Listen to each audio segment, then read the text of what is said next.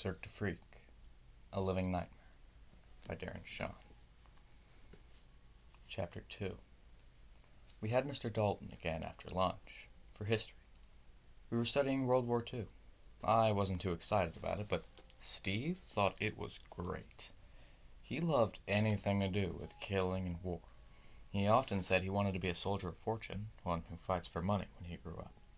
And he meant it. We had math after history and, incredibly, Mr. Dalton for a third time. Our usual math teacher was out sick, so others had been filling in for him as best as they could all day. Steve was in seventh heaven. His favorite teacher 3 classes in a row? It was the first time we'd had Mr. Dalton for math, so Steve started showing off, telling him where we were in the book, explaining some of the trickier problems as though speaking to a child. Mr. Dalton didn't mind. He was used to Steve and knew exactly how to handle him. Normally, Mr. Dalton runs a tight ship. His classes are fun, but we always come out of them having learned something. But he wasn't very good at math. He tried hard, but we could tell he was in over his head. While he was busy trying to come to grips with things, his head buried in the math book, Steve by his side making helpful suggestions. The rest of us began to fidget and whisper to each other and pass notes around. I sent a note to Alan asking to see the mysterious piece of paper he brought in. He refused at first to pass it around, but I kept sending notes and finally he gave in. Tommy sits 2 seats over from him, so he got it first. He opened it up and began studying it. His face lit up while he was reading and his jaw slowly dropped. When he passed it on to me, having read it 3 times, I soon saw why. It was a flyer, an advertising pamphlet for some sort of traveling circus.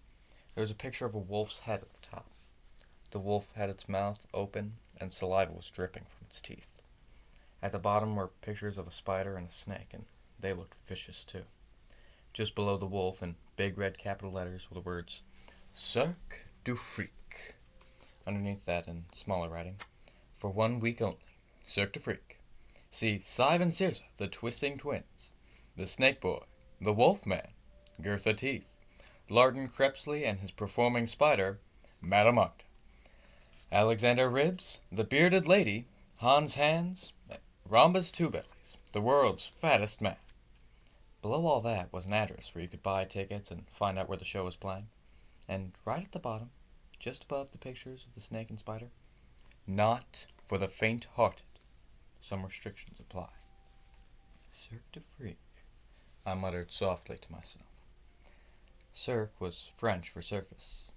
Circus of freaks. Was this a freak show? It looked like it.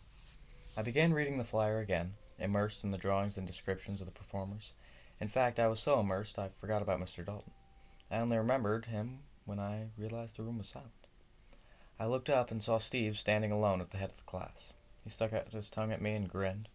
Feeling the hairs on the back of my neck prickle, I stared over my shoulder, and there was Mr. Dalton, standing behind me, reading the flyer, lips tight. What is this? He snapped, snatching the paper from my hands. It's an advertisement, sir, I answered. Where'd you get it? He asked. He looked very angry. I'd never seen him this worked up. Where did you get it? He asked again. I licked my lips nervously. I didn't know how to answer. I wasn't going to tell on Alan, and I knew he wouldn't own up to him. I knew he wouldn't own up himself. Even Alan's best friends know he's not the bravest in the world. But my mind was stuck in low gear, and I couldn't think of a reasonable lie. Luckily for us, Steve stepped in. Mr. Dalton, it's mine, he said. Yours? Mr. Dalton blinked slowly. I found it near the bus stop, sir, Steve said. Some old guy threw it away. I thought it looked interesting, so I picked it up. I was going to ask you about it later at the end of class. Oh. Mr. Dalton tried not to look flattered, but I could tell he was. That's different. Nothing wrong with an inquisitive mind. Sit down, Steve. Steve sat. Mr. Dalton stuck a thumbtack on the flyer and pinned it to the bulletin board. Long ago, he said, tapping the flyer, there used to be real freak shows. Greedy con men crammed malformed people into cages and... Sir, what's malformed mean? Somebody asked. Someone who doesn't look ordinary, Mr. Dalton said. Person with 3 arms or 2 noses, somebody with no legs, who's very short or very tall. The con men put these poor people, who were no different from you or I, except in looks, on display, and called them freaks. They charged the public to stare at them and invited them to laugh and tease. They treated the so-called freaks like animals, paid them little, beat them, dressed them in rags, never allowed them to wash. That's cruel, Diliana Prince, a girl near the front, said. Yes, he agreed. Freak shows were cruel. Monstrous creations. That's why I got angry when I saw this. He tore down the flyer.